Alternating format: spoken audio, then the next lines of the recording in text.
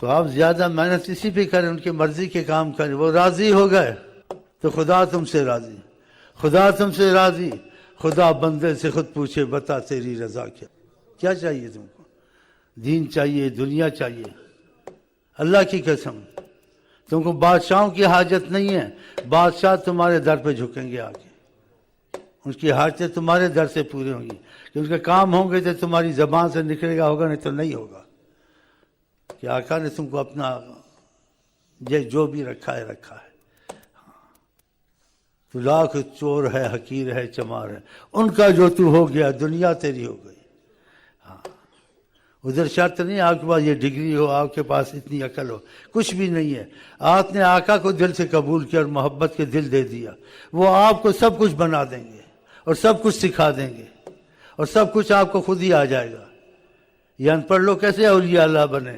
کچھ بھی نہیں آتا تھا، قرآن بھی غلط پڑھتے تھے، نماز بھی صحیح نہیں آتی تھی، بعضوں کو وضو نہیں آتا تھا، وضو کرنا یہ نہیں آتا تھا، اس کی زبان سے جو نکلتا تھا لوگ اس کو ولی اللہ کہتے تھے۔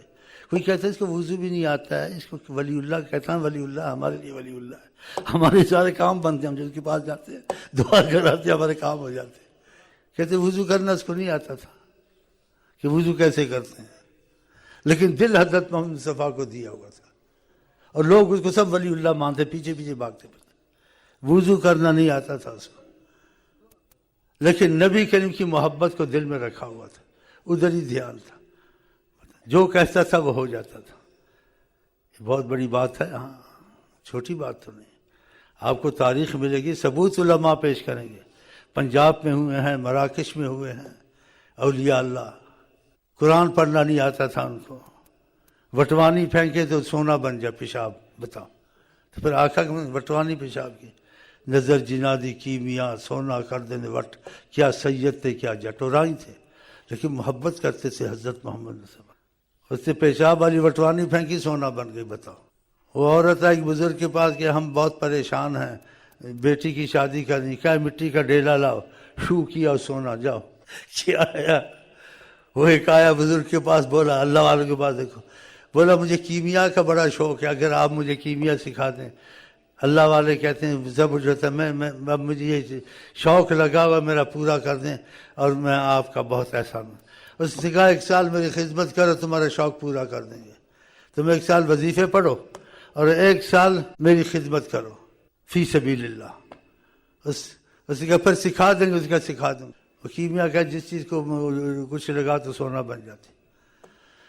سال گزر گیا، سال کے بعد چپ تھے، انہوں نے موقع تلاش کیا کہ اب سال گزر گیا میں گھر جاؤں، تو موقع ملا بات کرنے کا، کہا کہ مہربانی کریں سال پورا ہو گیا، میں نے گھر جانا ہے، تو آپ نے میں سے وعدہ کیا جو کیمیا سکھا دوں گا۔